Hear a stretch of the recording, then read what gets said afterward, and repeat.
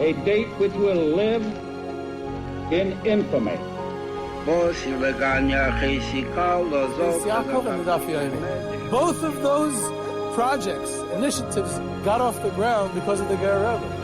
The 11 Olympic team members slain in West Germany. The Olympic Games. Zugerechtbare Brüder in Amerika. Schon tausend Schabbos, es gibt Out of the 24 who were killed were Americans who had come to learn in Hebron. I say 1 million Jewish children who were made to be cut loose.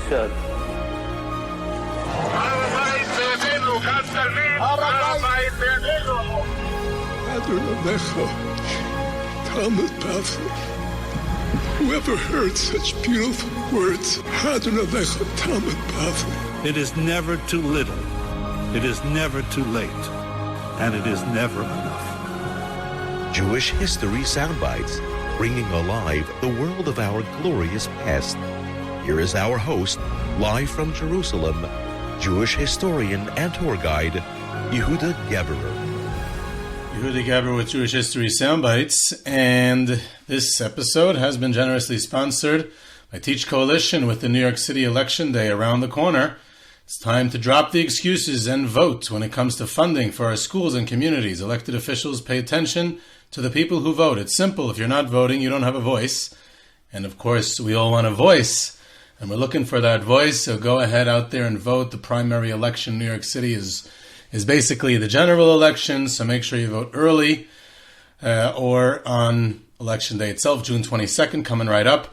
If you have questions or need help with your voter plan, then you can call or email the Orthodox Union's Teach New York City at 646-459-5162. That's 646-459-5162, or email FRANDM at teachcoalition.org. That's again FRANDM at teachcoalition.org. And I'll post, of course, the links and the phone number in the description, in the text of the summary. When you vote, elected officials take note. And what I took note of was that it's June 22nd, the day of this election, is the 80th anniversary of Operation Barbarossa, when Nazi Germany invaded the Soviet Union, which the main theater of World War II, anywhere, the most vicious, the most battles and battle deaths, was in the East. As far as Hitler was concerned, his war was in the East against Soviet Russia, and was the most horrible war theater with the worst battles, the highest death tolls in military history. Of course, that led into the Holocaust as well, Operation Barbarossa, the invasion of the East. So we talk about two totalitarian regimes going at it, and look at the destruction that comes out of it. So here we have the opposite. We have the non-totalitarian, the democratic vote, the opportunity for Jews to have their voice heard in a democratic election. And what better day to have it as the most opposite of the destructiveness of totalitarianism. We can have the building of Torah and Jewish institutions through that, through voting on such a day. And it's so much more productive in that way. So go ahead and vote. And Jews' role in voting and politics in New York City brings to mind Jews' role in politics in Israel, since those are the two major Jewish population centers. So it's appropriate to discuss a bit about David Ben Gurion, the first prime minister of the state of Israel, and his role in the Jewish character of the nascent state of Israel. What I wanted to speak about is really, there's so much to speak about David Ben Gurion and the early days of the Yishuv and then of the state of Israel. He's a fascinating person and an interesting biography. But what I wanted to focus on was his role in his views and his role and certain anecdotes from his life that are regards to the Jewish character of the state of Israel and how that develops. He's considered the founding father of the state of Israel with many great accomplishments, in many ways the George Washington of the state of Israel. He was the head of the Jewish Agency. He was later the head of the World Zionist Organization, later the first prime minister. He formed the IDF. He partially wrote and presided over the ceremony of the Declaration of Independence. He built the economy and formulated foreign policy, famous with the reparations agreement with West Germany, Konrad Adenauer. He absorbed Jewish immigrants from many different countries in the early years. He was known for his military leadership, getting Israel nuclear weapons, the capture of Adolf Eichmann, etc., etc., etc. He was in power with short breaks until 1963, and then died a decade later. So just some of his both his accomplishments as well as many of the controversies. Many of those things I listed were very controversial, and there was a lot of opposition. He was involved with along the way. He was, he was in many ways beloved by many. In many ways, he made many enemies along the way also. So it was a complicated figure. On the other hand, there were those who had a negative view of him, despite his accomplishments in leadership. Excuse me. Whether it's a result of the disastrous issues with the absorption of the new immigrants in the Ma'abarot, those temporary living arrangements, which were disastrous, both economically and socially, and the way they were treated, that remained a bit of a stain on his legacy. He had the controversial legacy of the reparations agreement, which was opposed at the time, the socialist economy, or, which is more related to today's topic, his secularism, and the secularism of the Mapai, the party which he founded and led, and somewhat his anti-religious bent and the government that he led expressed. So we'd like to explore him as a leader in the historical context and his position on the Jewish character of the State of Israel, as well as his relationship with the religious community there, and then see what we can come up with. I'll start off with a story. Once when I was in Yad Vashem, it was a group of guides. We had a lecture, and the lecture was about the Eichmann trial. And apparently Adolf Eichmann appealed to the verdict of the court, death sentence, and he appealed it to the Supreme Court, and the sentencing was upheld. The guilty verdict was upheld, so he appealed for a presidential pardon to the second president of the State of Israel, Yitzhak Ben Tzvi. And he could have given him a pardon. So Yitzhak Ben Tzvi, though he was not required to, it was up to him, it was his own prerogative, he submitted the request to Ben Gurion, who was the prime minister, who did not have the authority to pardon, who in turn called a cabinet meeting. A whole story, a ganze Maisa, we say. And whenever we get around to the Eichmann story, we'll talk about that. It's a fascinating story, that cabinet meeting and what was decided and how it was submitted back to Ben Tzvi. And of course, Eichmann was executed. This is being discussed by the lecturer, and then someone raised their hand with a question in the class that I was in. And they said, if it was such a weighty moral and ethical question, why didn't Ben Gurion consult with the chief rabbis of Israel about the issue?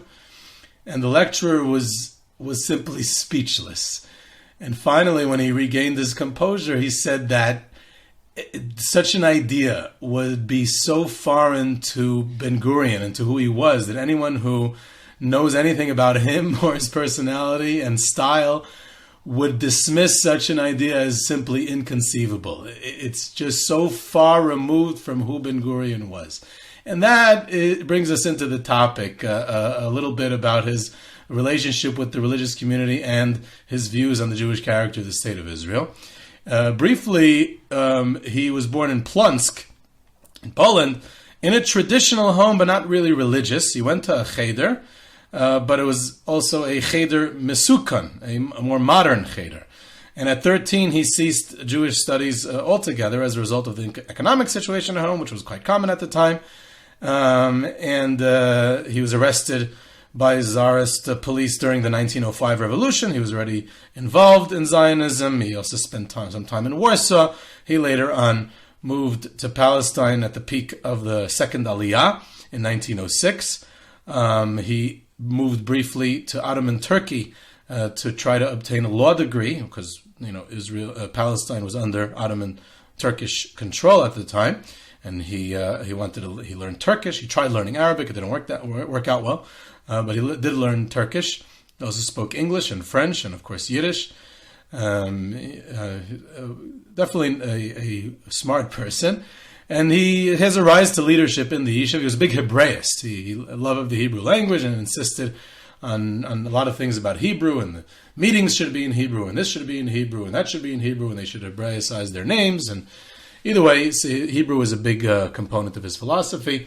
Trying to get to, just a brief overview till we get to more of what I want to discuss. He lived in Petach Tikva for a while in the early days, early Zionist activity. In 1911, he left Israel to go to Turkey. So he actually moved to Saloniki for about a year, and then later Constantinople, which is today Istanbul, to study law, as did Yitzhak Ben Tzvi at the same time, by the way. And he called Saloniki a Jewish city that has no equal in the world. He was very impressed with Saloniki, the Sephardic Jewish community there, and its social structure and economic structure.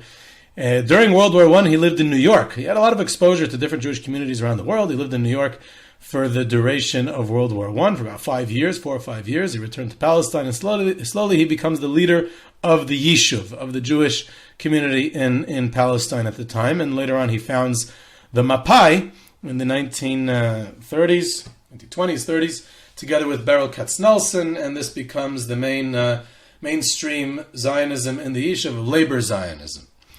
In 1946, interesting, side anecdote, not really related, he was in Paris, and he stayed in the same hotel as Ho Chi Minh of Vietnam, and the two became very friendly. They maintained some sort of relationship. Interestingly enough, by the way, again, totally on a tangent, another Vietnam-Israel connection was Moshe Dayan was a military observer in Vietnam with the Americans in the 1960s, and he took some lessons from the quagmire of Vietnam that he wanted to implement in Israel that should not happen. In other words, he was not impressed with some of what he saw, and he tried to ensure that in the Israeli army would be a much more of a decisive action and less of what the quagmire of Vietnam was happening. Either way, that's just another Vietnam-Israel side point. So Ho Chi Minh has this relationship with Ben Gurion at that time. It was that visit that Ben Gurion visited the DP camps, Holocaust survivors, and tried to reassure the desperate survivors that. But he had to admit that the British were not allowing immigration into Palestine. He was a big doer in general, less of a talker. He was a man of action and initiative, which is why he succeeded as a leader, despite in many ways he was somewhat charismatic, but he definitely lacked in charisma, and he also lacked in good looks. But he was a doer, and that man of action propelled him into the leadership. He once said, actually, that he prefers Lenin over Trotsky, because Lenin was more of a man of action, more of decisive action. And he attributed the maneuvering and playing around and getting things done that way which he attributed to Trotsky. But he said that was the diaspora Jew mentality, which he so despised. The new Jew, which Ben Gurion and others were trying to create in Palestine with their Hebraicized names, was to be more decisive. He often contrasted the Jew of the exile and the new Jew of Palestine and later of Israel. This was a central component to his thinking and influenced his views of the religious community and his relationship with that community, whom he associated often with the Jew of the diaspora. So often it wasn't about religion per se, but rather a certain set of mannerisms, culture, and mentality which was associated with the diaspora, which he despised and felt was a big mistake, and now we're fixing that. For instance, he didn't like the Polish-Jewish merchant style of business, of wheeling and dealing, and which was an economic form, and he was attracted more to socialism and working the land, etc. So again, it wasn't about so much religion per se. It was also, I'm going to get to that, but it was also about this the diaspora mentality, which he did not like, to say the least. The first status quo agreement about religion that the Mapai, the Histadrut, agreed upon was with the Mizrahi, not with the Agudas Yisrael. It came much later. It took place in 1935, way before the state was founded. This was going to enable the Mizrahi to join the Histadrut, the labor Zionist Socialist Workers Union, which also provided health insurance, and everyone had a strong incentive to join it. And so he reached the first time he reached any agreement with a religious group was with the Mizrahi Religious Zionist Party in pre-state Palestine, a mandatory Palestine. So already then he recognized the necessity, the strategic necessity of having to compromise with religious groups. And the second status quo agreement was with the Agudas Yisrael in 1947, on the eve of the founding of the state. It was September 1947, before November, right? The big important emphasis. November was when the UN voted on the partition plan.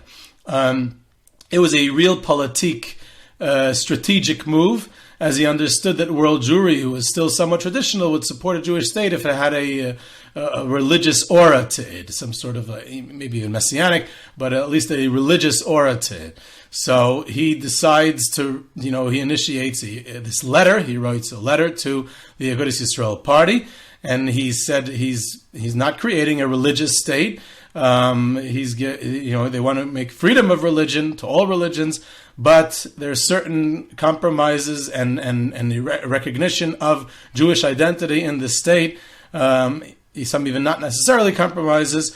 That Shabbos would be the official day of rest. That any state associated kitchen, there would be access to kosher food, and there would be a certain amount of autonomy for marriage and death, and marriage and divorce and death, and those type of affairs that would be run by a certain religious autonomy, and that they would also be autonomy in the sphere of education. With the education clause would ultimately become bone of contentions. In the early 1950s, he abolished the fourth stream of religious state education, and this led to the founding of Chinuch Atzmoi, which is a fascinating story, and independent and also at the same time partially funded religious education. So this autonomy in Jewish education became later a point of contention. And we come along to the founding of the State of Israel, and then it's right at the beginning, there's an issue of the Jewish character of what's going to be the State of Israel. And the question is, in the Declaration of Independence, which is primarily authored by Ben Gurion himself and others, there was others who contributed to it as well, was, will we have God's name in it? And eventually God's name was not in it, right? So you have a lot of Christian or non-Jewish constitutions that have God's name, but the Jewish state does not, and it makes a vague reference to the Rock of Israel. But this was a major issue. The original draft used the phrase "placing our trust in the Almighty." And the two Mizrahi rabbis who were part of the original the vote and the committee who was involved in the Declaration of Independence were Moshe Shapiro, rabbi, not rabbi, I'm not getting involved, and Rabbi Yehuda Leib Fishman Maimon. They said we definitely should include Hashem's name in it. God's name has to be included in the Declaration of Independence of the Jewish state. How could we not? And members of the very secularist leftist Mapam, which is essentially the Jewish Communist Party, opposed it, and other secular elements opposed it as well. And Ben Gurion's kind of in the middle. And so they used the phrase Rock of Israel, which could be either interpreted as referring to Tzur Yisrael, as referring to God, or it could be referring to the land of Israel, which is open to interpretation, so each one could interpret it that way. And Ben Gurion ended off and he said, each of us in his own way believes in the Rock of Israel as he conceives it. I should like to make one request. Don't let me put this phrase to a vote. So again, he's a strategic leader and he's a unifier and trying to get a consensus, and he knows he's smart at doing it without really getting involved one way or the other, leaving it vague. So there is that element of it as well. And then at this time, of course, once the state is founded and the status quo now has to be extended to allow a military deferment for yeshiva students, which he agrees to. Again, he comes to, I don't remember if it was a written agreement or an oral agreement. I'm not sure. I should have checked that up. But it was approximately 400 deferments. And he figured 400 deferments And I guess what his thinking is that these diaspora Jews are going to disappear eventually. So it'll be 400 today, it'll be 200 tomorrow, and it'll be 0 in a few years. Who knows if he would have originally given the deferment had he known that it would have grown exponentially into a strong and viable community with strong demographic numbers and growing. But the original deferment was for approximately 400 students. And by the way, as a tangent, it's an incredible statistic because, we think of Israel as a center of Torah study and so many yeshivas, and there was a grand whopping total of 400 deferments given during the War of Independence.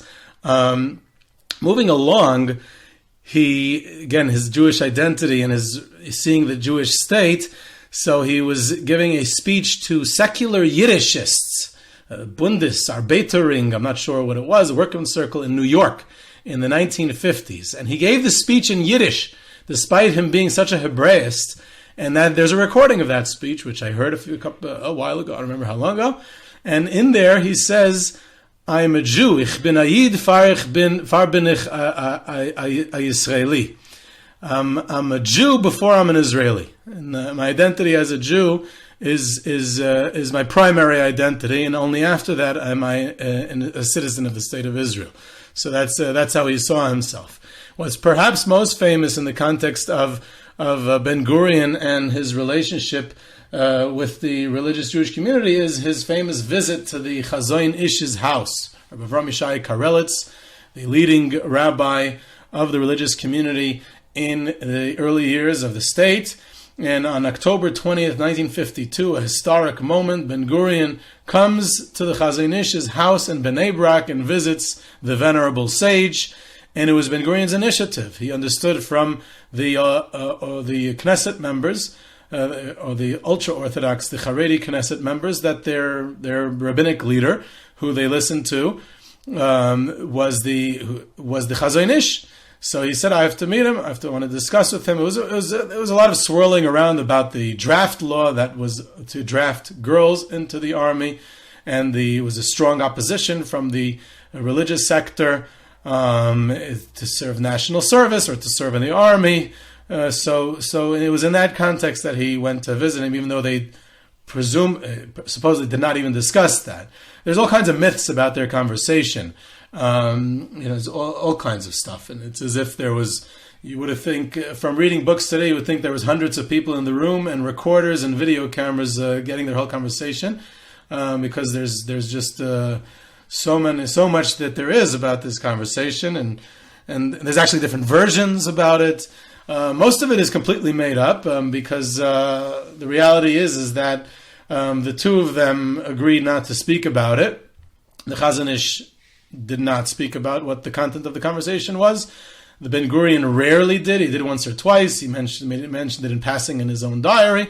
The one who spoke about it a little bit, exposed a little bit, was the only other person in the room, and that was Ben Gurion's private secretary, Yitzchak Navon, who gave a little bit of information about what the meeting was.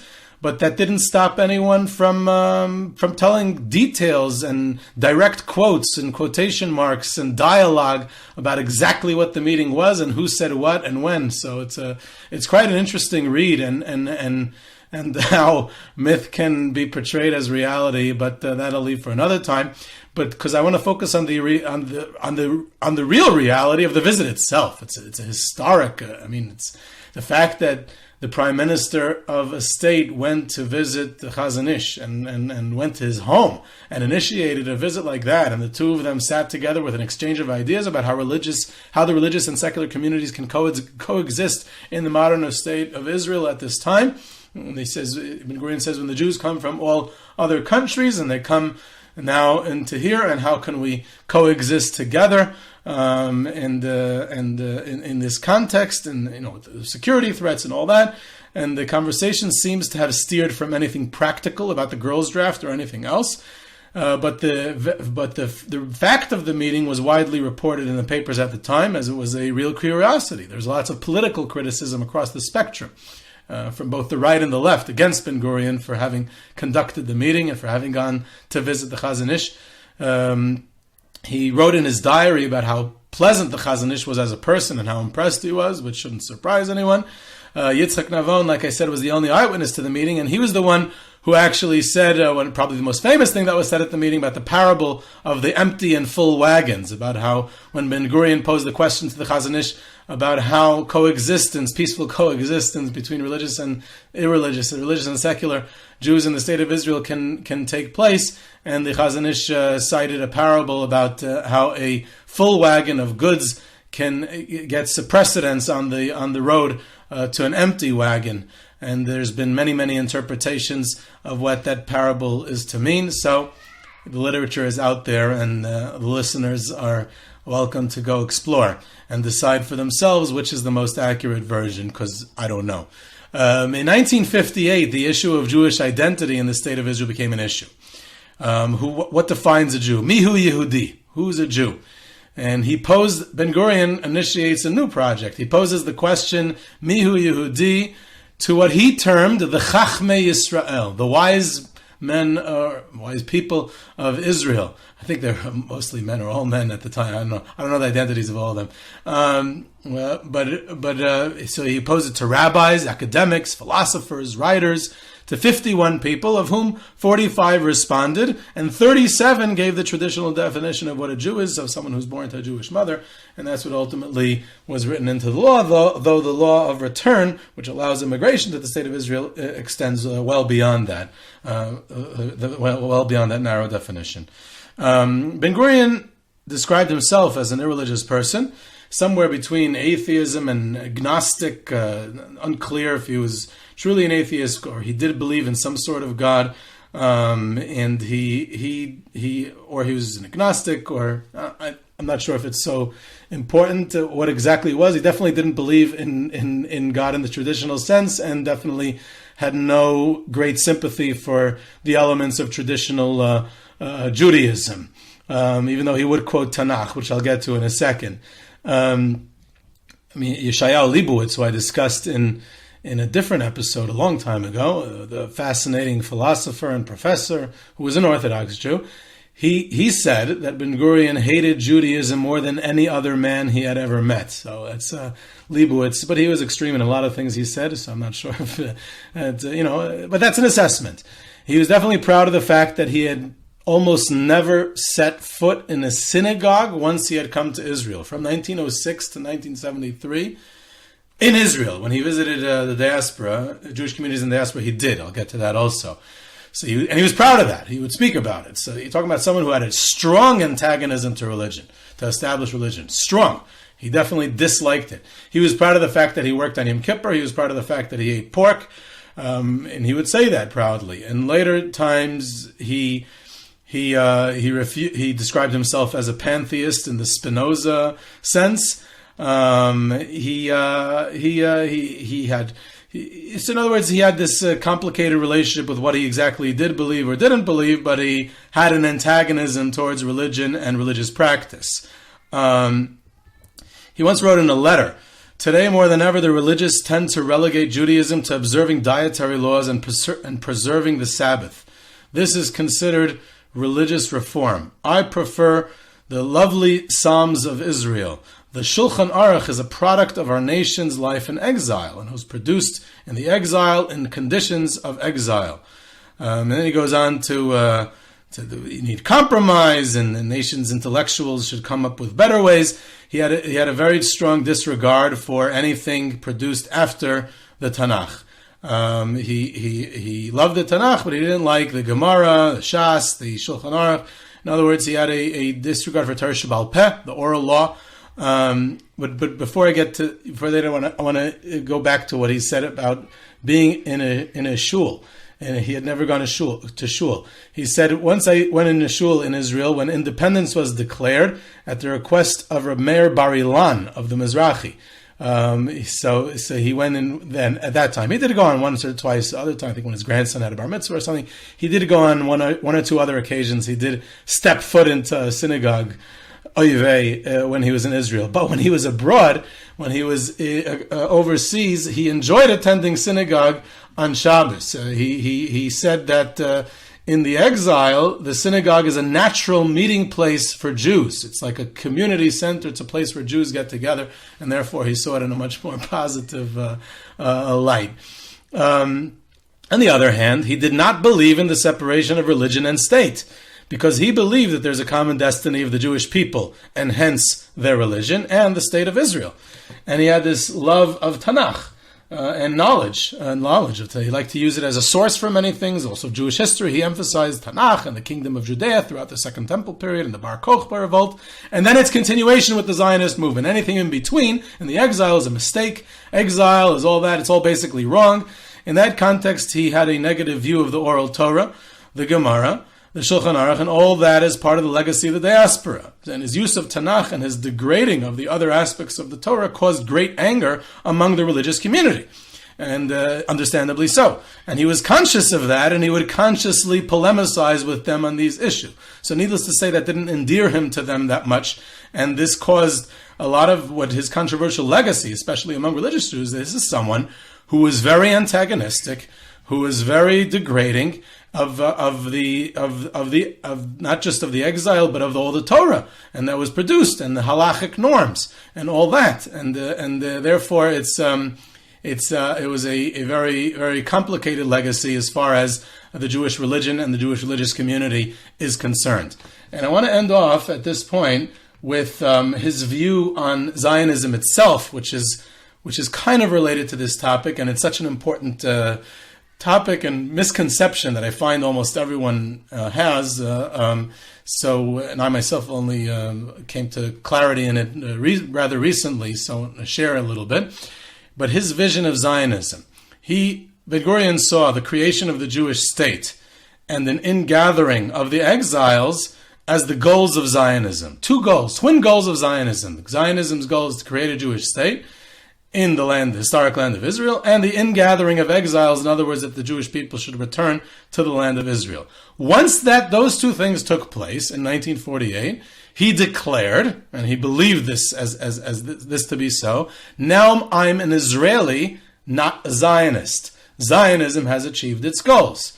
Now, anyone who hasn't done the second, meaning that they have not done the ingathering of exiles, they still are residing outside the Jewish state of Israel, in his view, they still have Zionism because they still have that goal. They still have the goal of Zionism. But anyone inside, once there's the reality of the Jewish state and one resides inside, that's not Zionism. It's Israeli citizens of the sovereign state of Israel. This is very, very important to elaborate upon, and I probably will get back to it because it's a big point to emphasize. This is a huge misunderstanding of Zionism, and this visionary and compelling clarification is even more relevant today than when it was said, as far as overall Israeli identity and the place of minorities or other communities in Israeli society today who don't necessarily subscribe to Zionist ideals, but are living in a reality that they are Israeli citizens of the sovereign state of Israel, and therefore they are Israeli, but not Zionist, and that those two, and therefore Zionism as an ideal, as a vision, doesn't have to necessarily exist at all within the state once those goals have been achieved. It's a state, and there are citizens of that state, and that state happens to be Israel. That's an important distinction. Whereas outside of Israel, Zionism can still exist as an ideal if one chooses to do so. Today it's very common. The Zionim and the Zionische Medina and all that. In Ben Gurion's view, it doesn't exist. And 75 years later, it's understandable why it doesn't exist, because it's just a reality. It's Israeli. It's citizenship of a state. And I'll bring a case in point as a point of view. In 1947, Abba Hillel Silver, who was a famous reform rabbi in the United States in the first half of the 20th century, he represented the World Zionist Organization by the UN in 1947. He's an American citizen, but he's one of the leaders of the World Zionist Organization, so he could represent the interests of the World Zionist Organization in front of the UN. But after 1948, he's a foreigner. He's not a citizen of the state of Israel. And only an official diplomat of the Israeli government can represent Israel's interests in the United Nations. And Abi Hillel-Silver and people like him become irrelevant. And it's a representative of the Israeli government, not the World Zionist Organization. Even the great Nachum Goldman, founder of the World Jewish Congress, head of the World Zionist Organization, had no power in the state of Israel and couldn't represent its interests. And he came into conflict with Ben Gurion as a result because he felt that the diaspora should have what to say about the state of Israel. And Ben Gurion said, go jump in a lake, basically, because Israel is now a sovereign state. The World Zionist Organization can serve a role outside of the state of Israel. And now there's official foreign policy, there's official government things, and what the World Zionist Organization doesn't really have a bearing on what goes on here as an independent state. So that's an important clarification about his view of Zionism in general, which is somewhat related, not directly, but is somewhat related to his views of it as a Jewish state. So this was Yehudi Geber with Jewish History Soundbites. You can reach me at yehuda@yehudigeber.com for questions, comments, sources, tours, trips, speeches, lectures, and sponsorships.